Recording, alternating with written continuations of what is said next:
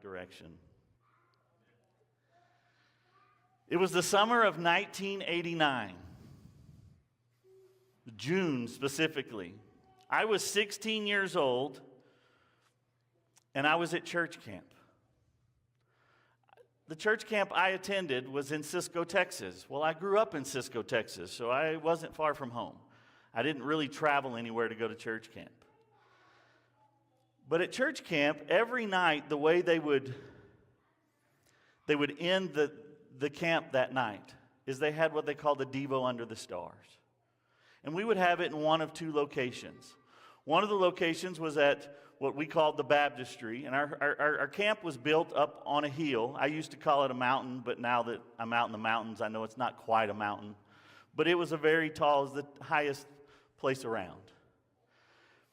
And all the cabins, everything are up on the hill, but we had, going down the side of the hill, they had brought in rocks and kind of mortar and built them in, and they had these steps down, going down the hill, and they had built in sort of this amphitheater in the side of the hill. And it had just these rows of rock seats, and then down below was the baptistry, built into natural rocks, big giant rocks that they had put in an epoxy and been able to fill up with water. And they had lights, so at night it's dark, you had lights where you could get down, but they'd turn them off.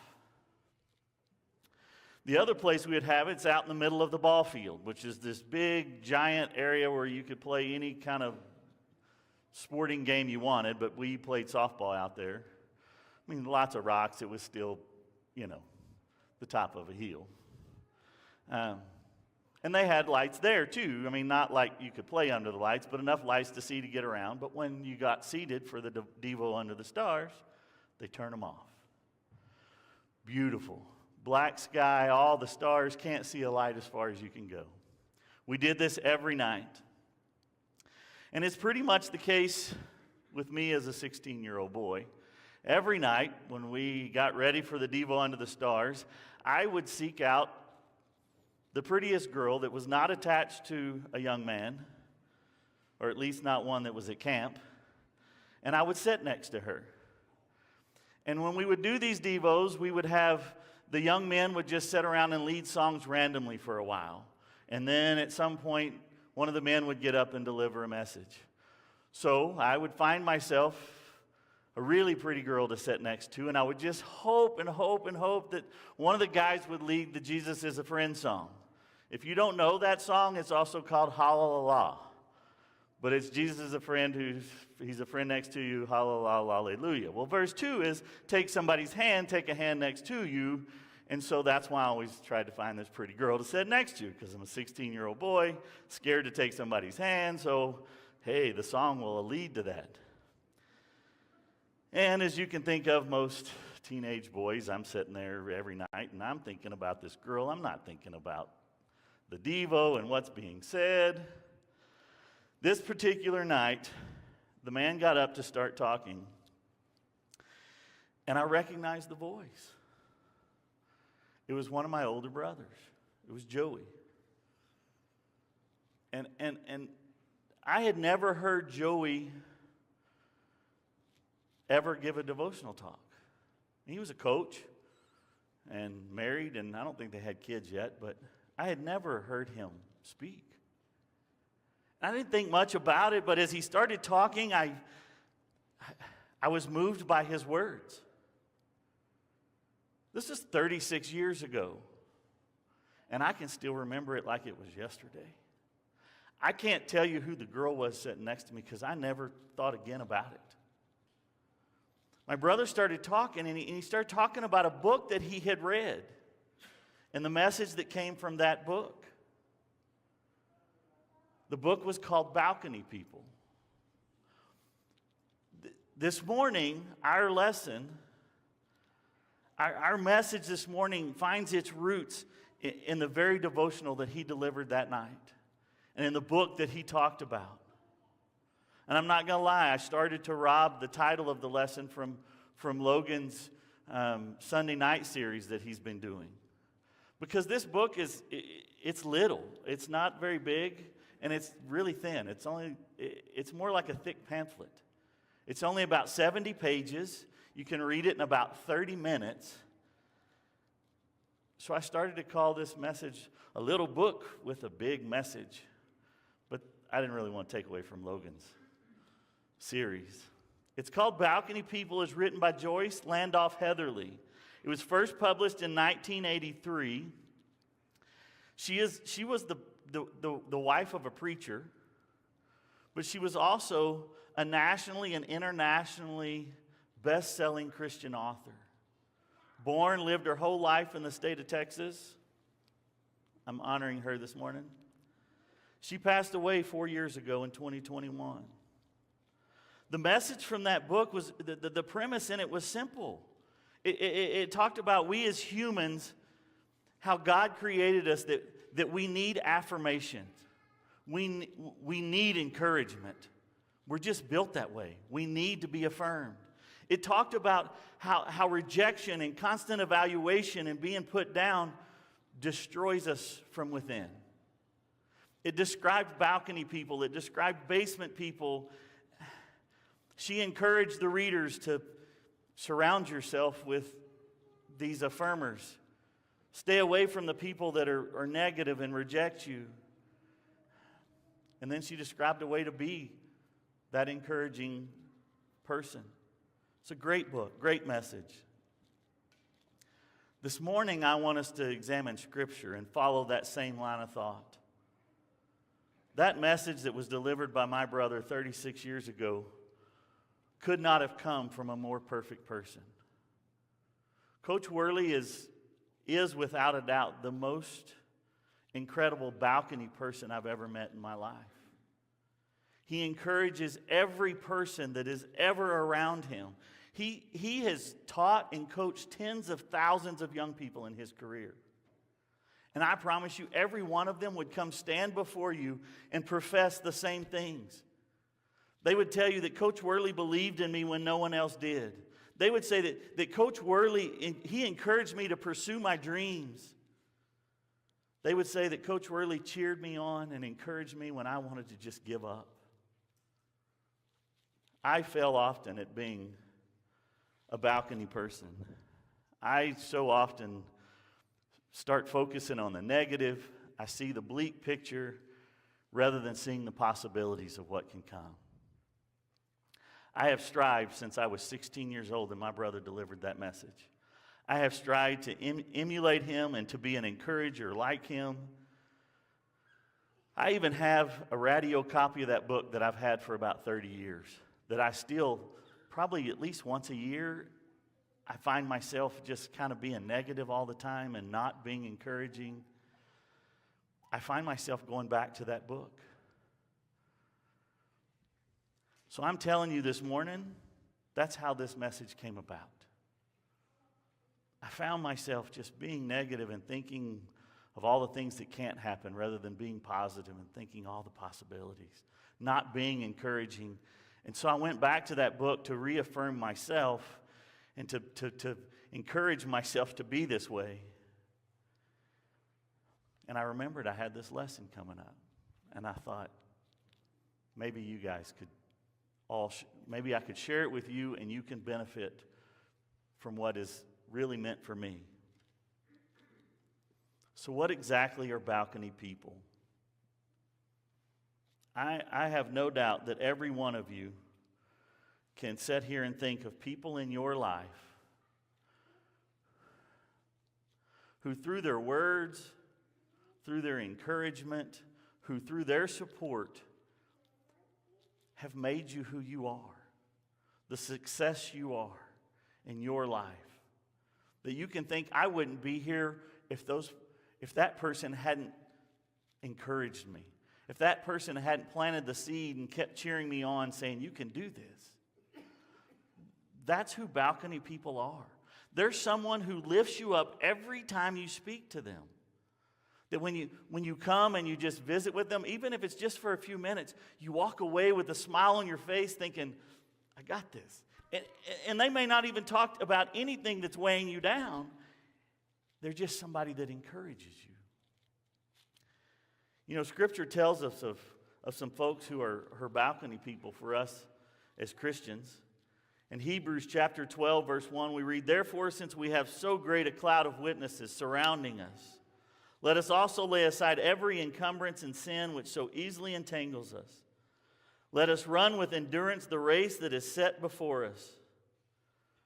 We have a balcony that is filled with some of the most amazing folks that have ever walked this earth. These are people that are cheering us on, whose lives that we can read about and know about and are encouragement for us when we face trials and struggles. Because we can see how they lived and what they did. These are great people. These are the Apostle Paul. This is John. And Peter even. But our balcony also has people like Wendell Nicholson. Papa's in the balcony. It has Jim and Sally Stout. It has Ken Downs. It has Nolan Craig. It has my mama, Joy. I know she's in the balcony cheering me on. But you know, balcony people are not just people that have passed away and gone before us. Yes, those folks are in the great cloud of witnesses, and they're cheering us on. But we have balcony people here on earth. I've already mentioned my brother Joey. Coach Worley, I'm telling you, he is still, to this day, he is the most amazing balcony person I've ever met. I've never seen him not be encouraging to anyone, even if he doesn't know him. And he's a coach. I mean, he's a basketball coach. You're out on the court and you got referees making bad calls. I've never seen him ever not being encouraging. We have balcony people sitting right here in this very room. I'll be honest. It was a balcony person that is a member of this congregation that came and spoke to me one night and said something that lifted my spirits, and I walked away, and that's when I realized I had fallen so short of being the balcony person I strive to be. It was their encouragement to me that realized I was falling short, and that's what led to all of this. These are people that when they walk up and they hug you, you walk away and you're like, I got this. They remind you how awesome God is, and that with Him, there's nothing you can't do. So lesson 1 is to surround yourself with these people. If you shop somewhere at a grocery store that the clerks are always nice and friendly, and they treat you like you're important and like they value you, and it makes you feel good when you shop there, keep shopping there. Don't go shop other places. You know, hopefully if we as the Northeast congregation are functioning and living in a way that we mirror the type of congregation that Christ would have us be, then when you come here, you find balcony people. You find people that lift you up. And for some of you, the only place you can go in life, all the other places you go, you just seem to find people that just bring you down and tear you up. And the only place that you find that encouragement is here, then I would advise you to be here every time the elders set aside time to meet. This is where you need to be. Come get the encouragement from your brothers and sisters. You need to surround yourself with balcony people as much as possible. So what are basement people?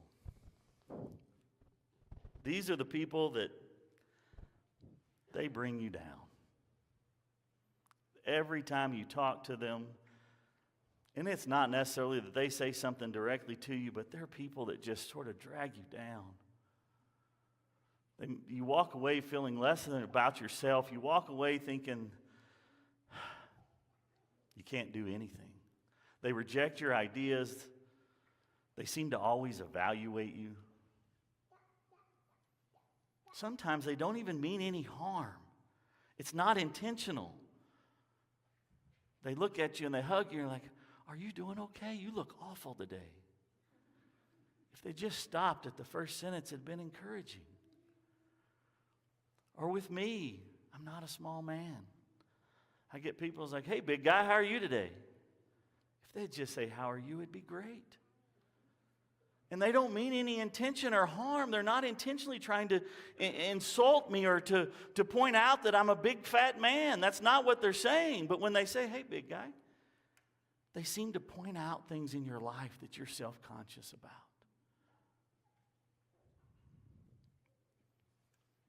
So it's not always intentional, but they just bring you down. Sometimes it is very intentional. Sometimes it is unfortunately, they're just people that like to judge.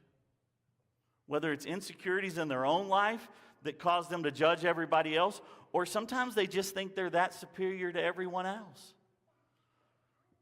I once, not long ago, maybe about a year ago, stood in this very pulpit and preached on that. Sorry, I know some people thought I yelled at them that day. I was not yelling, I promise. I was passionate about the subject matter. But if you remember, I walked around and I carried a log in my hand and I kept holding it up in front of my eyes. And I kept talking about the way people judge.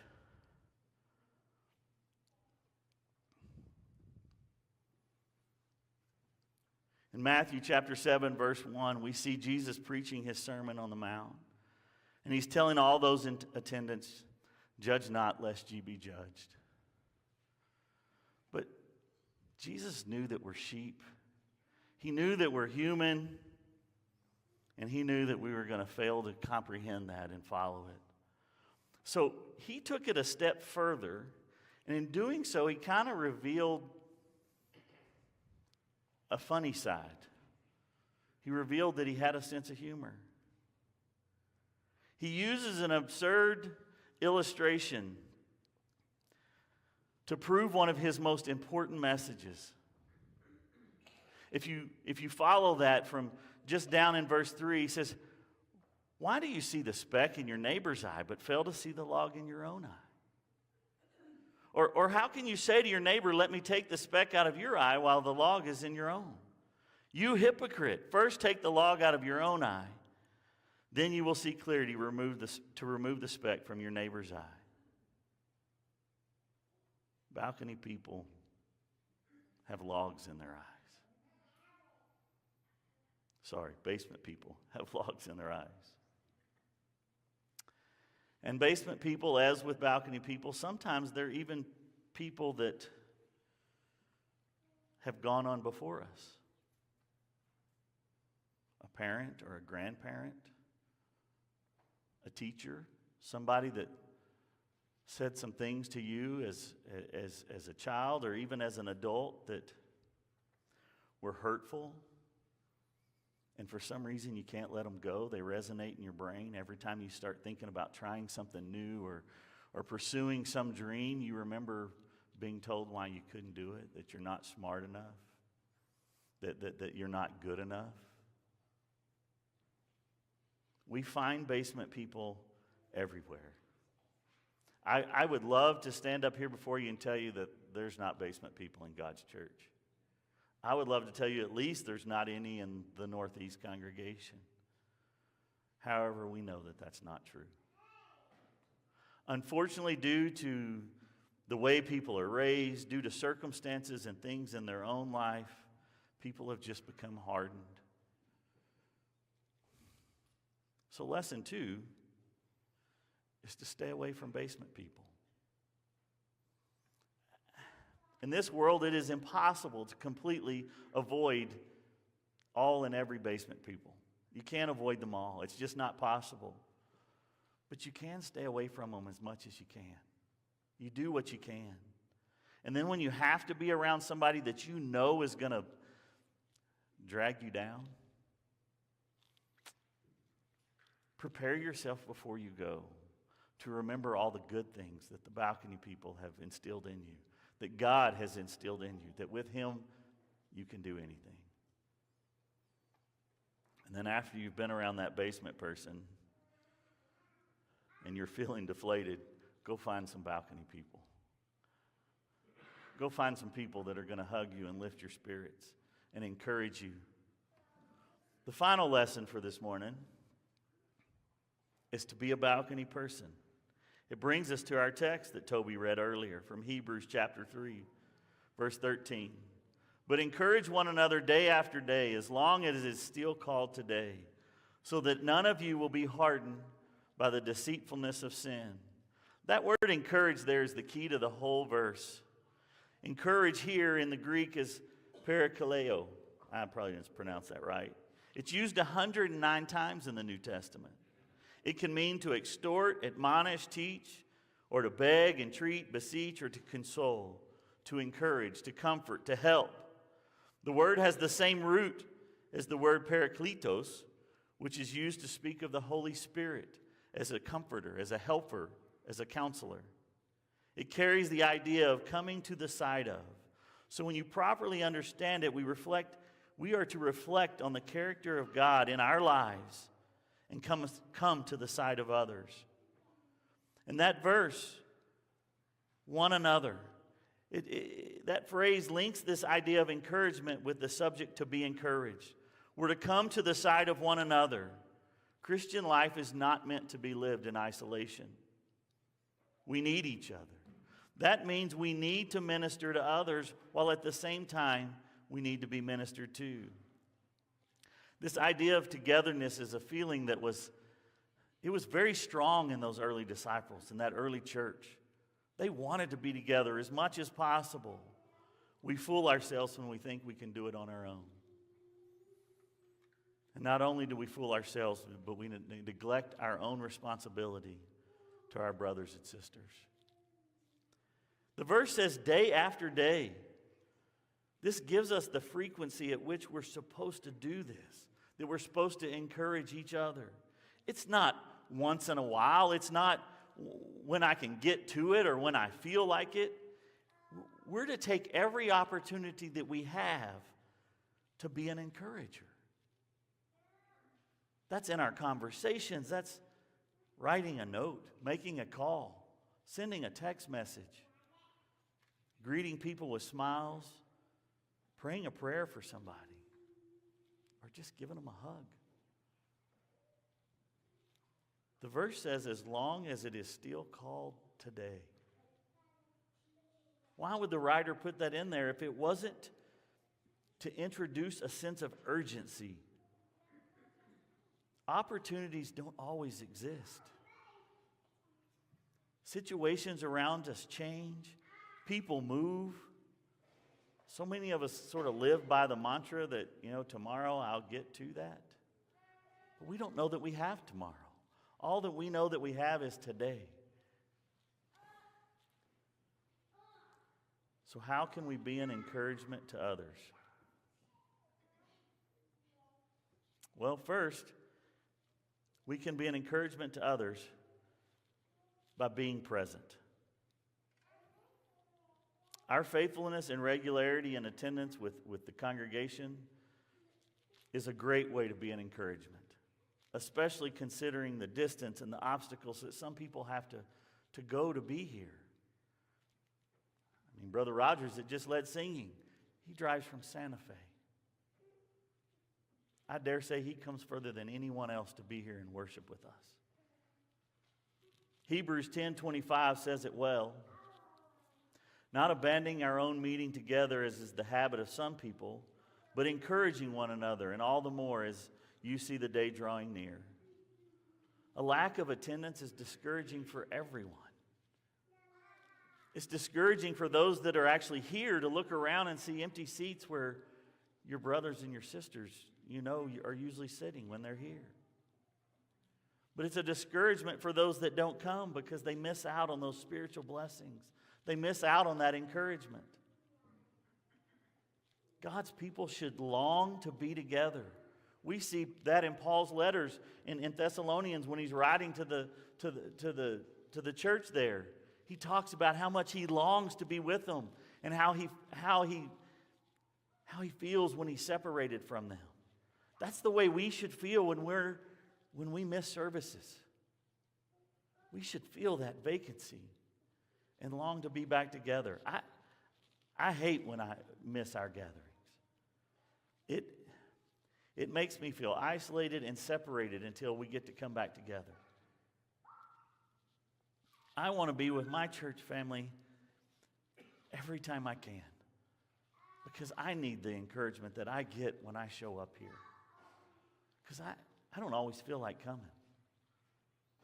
There's a lot of times I think I'm too busy and I'm tired. But I've never left here that I wasn't encouraged. I've never left here thinking, man, I should have just stayed home tonight. I've never felt that way. Because I leave here thinking, I'm so glad I came. So the first way to be of encouragement is to be present. And that presence doesn't just mean in worship services. That can be going to one of our young people's sporting events or school events.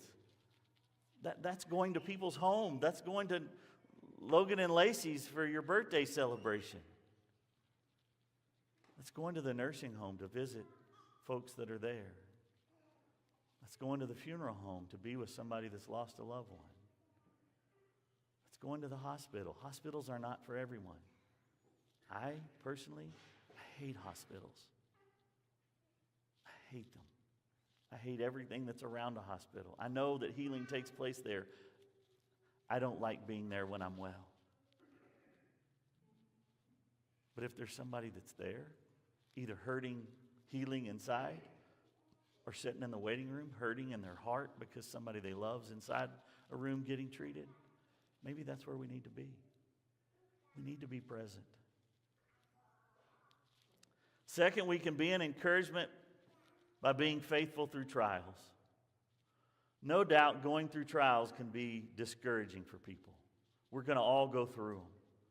We see Paul commending the Thessalonians for their love for each other in 2 Thessalonians 1:3, when he says, "We ought always to give thanks to God for you, brothers and sisters, as is only fitting, because your faith is increasing abundantly, and the love of each and every one of you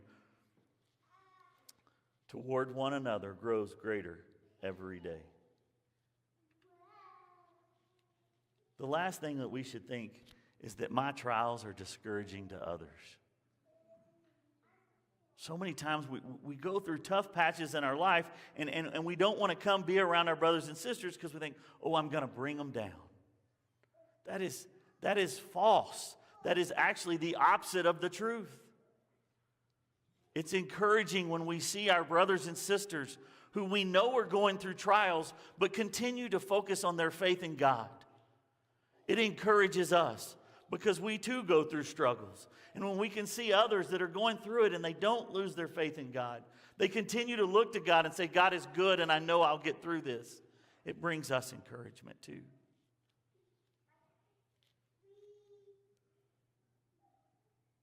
Whatever our trials that we face, sickness, divorce, death, it's not a time to stay away. It's a time to come be around our brothers and be with our brothers and sisters. And we don't have to hide it. We don't have to fake it. We don't have to come in and put a fake smile on our face and act like we're not hurting. It's okay to be honest and say, I am hurting. I am struggling, but you know what? I know God is good, and He's going to get me through this. That honesty allows others to encourage you because they know you're hurting. And that honesty encourages others because they see you. They get to see you struggling, but still giving your faith and your trust in God. I can't tell you how much encouragement that I have received from you guys. When we've gone through dark times, when we lost Dad, one of the darkest times in my life. But it's so much easier to go through it when I look at those of you that I know have been through similar things. It's easier to be encouraged by what you did and how you did it and to follow in your steps. Third, we can be encouraged, be an encouragement by expressing our appreciation for others. The Apostle Paul was quick to express his love and thanksgiving for others. We even see Jesus' words in John 13, verses 34 and 35. I'm giving you a new commandment, that you love one another, just as I have loved you, that you also love one another. By this all people will know that you are my disciples, if you have love for one another. It means so much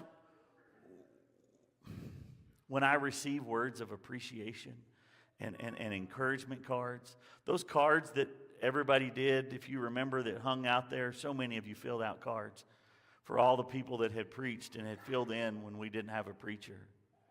I have every one of them. I kept them. Since I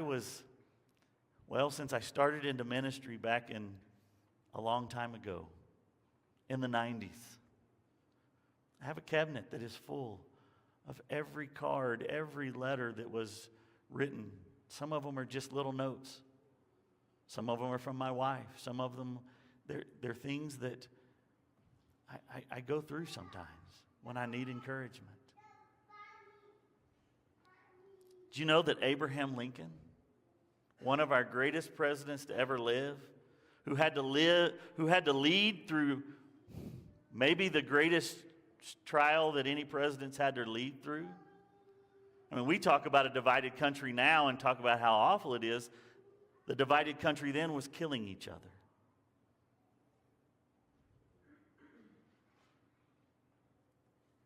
Did you know that he carried a newspaper clipping folded up that a newspaper writer had written about his leadership, talking about how he was a good leader? And he carried it with him always.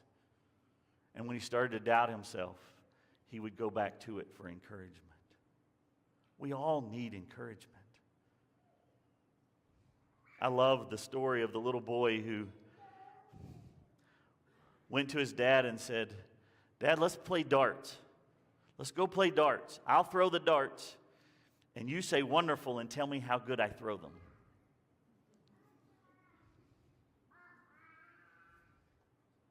We're not that bold. But often we need encouragement just as bad.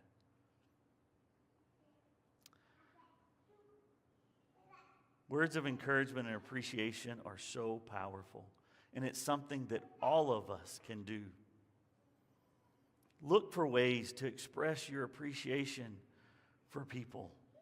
Whether it's the men that serve, whether it's the women that teach our class, whoever it is. The people in your life. I mean, it can even be the people at the grocery store. Be encouraging. Tell people, thank you. I appreciate you so much.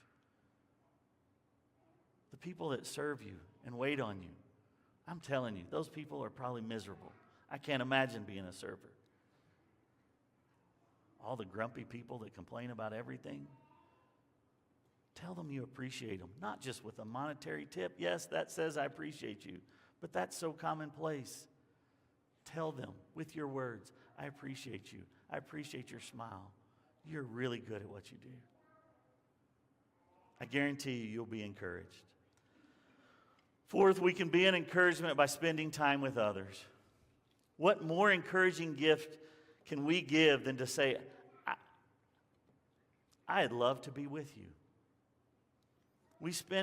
When we spend time with others, we're saying that I like having you around. I want to know you better. I want to share myself with you. Ultimately, it's an expression of how much we value them. We're saying, I want to be with you. I want to help bear your burdens. Just as we're instructed in Galatians chapter 6, verse 2, when it says, bear one another's burdens and therefore fulfill the law of Christ. How do you spend time with others? It's not hard. You can go to people's homes or maybe just meet them somewhere out together. Go for a walk with them through the neighborhood. Go shopping with people that need, just go be company. Share a meal. Have coffee together. Go to a ball game. Go fishing. You know, every Sunday night after services, there's a whole group from here that goes has dinner together. I don't always like the food. at the places they go. They're not my favorite places, but I don't miss because it's not about the meal. It's not about the activity that you're going to do. The most important part is just being there and being together, being encouraged, and hopefully being an encouragement. Finally, we can be an encouragement by praying for others. Have you ever had somebody tell you, I'm praying for you? How did it make you feel? They haven't even said the prayer for you yet. They just said, I'm praying for you, or I will be praying for you. I can tell you right now that in January, when we were running that half marathon for Dad, there was a point about mile 11 that I really just wanted to quit and give up. I just didn't want to go on. But one of the things that kept me going was knowing how many people were praying for us. You know, when Dad passed, those last several months before he passed and then after he passed, one of the darkest times that I've ever lived through. But you know what held us up as a family and held us together through all of it? It was your prayers. It was knowing that you were praying for us and that we had that support and that love and that encouragement. Our prayer ministry is such an important one, and it's something that every one of us can do. You don't have to go anywhere and do it. You can do it sitting in your own home. I appreciate so much Karen Downs and how much work she puts into keeping the prayer list accurate on the bulletin each week. And Logan, who makes sure it's updated and accurate in Lightpost so that you know who you can pray for.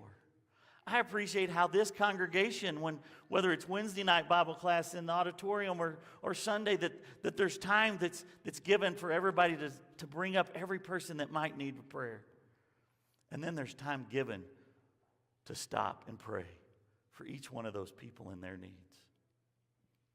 Do you know that your elders, and when the deacons meet with those elders and they gather every month, do you know that close to half the time that they're gathered every month is spent praying? It's discussing those that need prayers and then spending time praying specifically for each one of those individuals. The power of prayer is seen in James chapter 5. In verse 16, and we see that we're to pray for each other that we may be healed. Therefore, confess your sins to one another and pray for one another that you may be healed. The power of a righteous person has great power. The prayer of a righteous person has great power as it is working. Prayer is so powerful. We need to keep on praying. And we need to let others know that we're praying for them so that they can be encouraged by it. I want to close this morning with a message directly from Paul in 1 Thessalonians chapter 5. Verse 11, he says, therefore encourage one another and build up one another just as you are also doing.